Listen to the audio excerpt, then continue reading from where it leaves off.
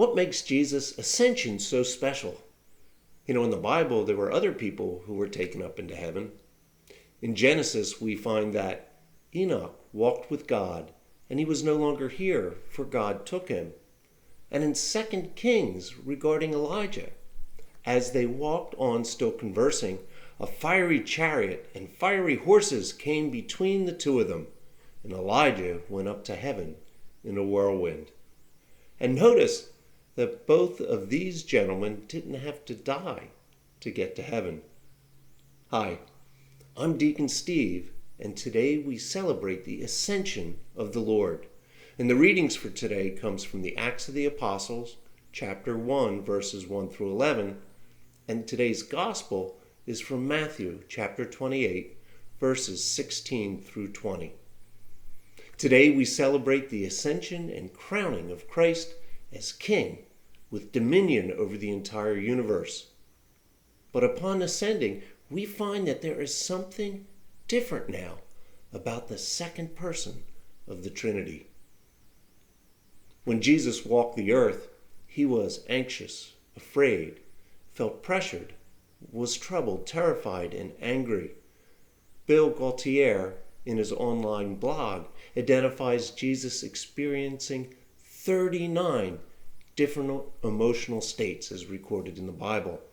Others include a boiling passion, stern displeasure, shame, depression, feeling forsaken, grief, tearfulness, pain, suffering, hunger, thirst, weariness, amazement, astonishment, hope, curiosity, faith, love, compassion, sympathy, joy, thankfulness, peace, rest, and refreshment.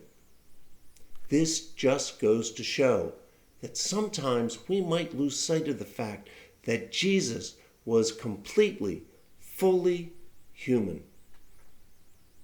So was Adam.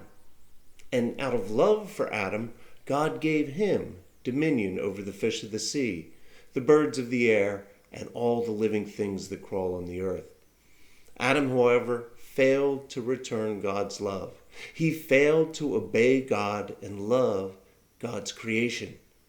This rejection caused a fall from grace and the inability of humans to live with God in paradise. So, what makes Jesus' ascension special? Well, Jesus, in and through his full and complete humanity, is able to reverse Adam's fall from grace by perfectly loving God and his creation. And we are also reminded today that Jesus was not just a man, but also God. Notice that in today's first reading from the Acts of the Apostles, Jesus was lifted up, and a cloud took him from their sight. Well, in Psalm 104, speaking about God, it says, "You make the clouds your chariot, traveling on the wings of the wind." And in Isaiah 19, "See, the Lord is riding on a swift cloud on his way to Egypt." You see, in the Old Testament, it was only God who rode on clouds. Today's gospel passage is telling us that Jesus is God. He is returning to the Father. And the first martyr, St. Stephen, describes Jesus with God immediately before his death. "Behold, I see the heavens opened and the Son of Man standing at the right hand of God." And Paul describes Jesus' power and authority in his letter to the Ephesians. Jesus is far above every principality, authority, power, and dominion, and every name that is named, not only in this age, but also in the one to come. And he put all things beneath his feet and gave him his head over all things to the church, which is his body, the fullness of the one who fills all things in every way. I can imagine the angels witnessing Jesus' triumphant ascension.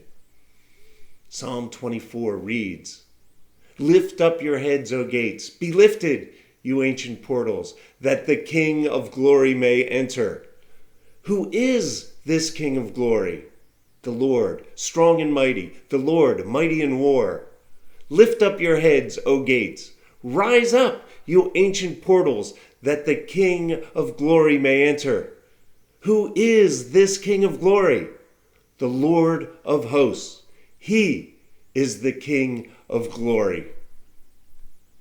This psalm tells of the great King returning.